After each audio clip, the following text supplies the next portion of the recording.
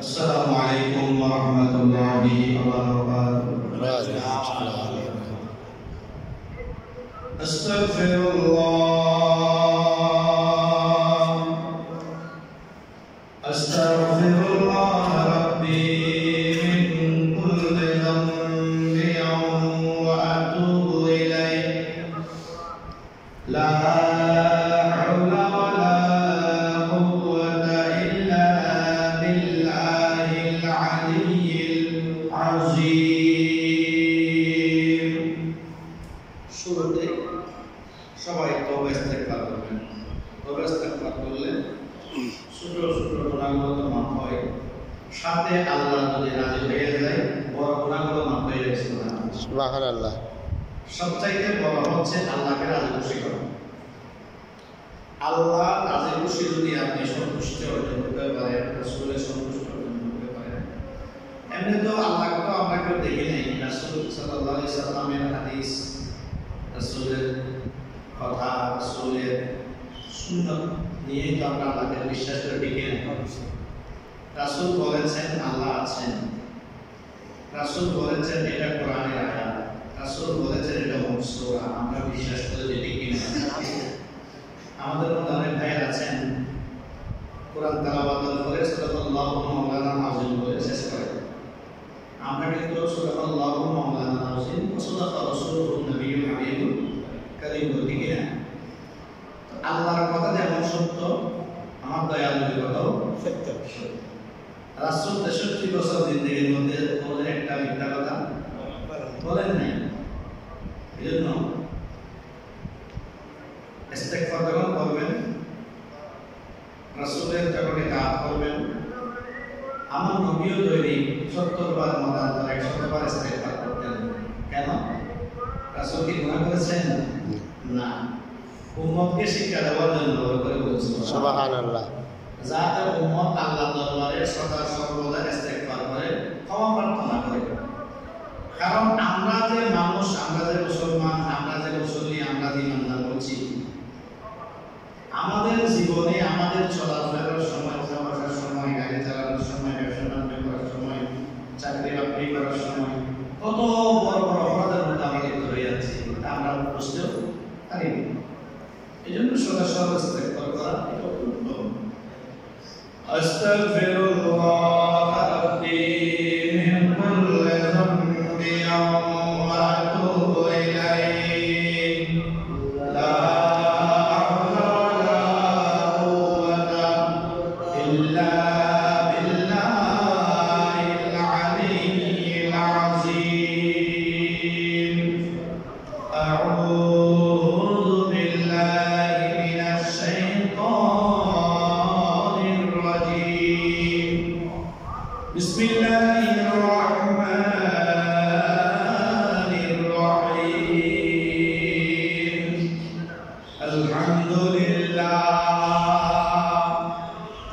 আলহামদুলিল্লাহি রাব্বিল আলামিন, খালিকিস সামাওয়াতি ওয়াল আরদিন। والصلاة والسلام على سيد الأنبياء والمرسلين وعلى آله وأصحابه أجمعين. أما بعد فقد قال الله تعالى عز وجل في شأن حبيبه آمرا ومخبرا. إن الله وملائكته يصلون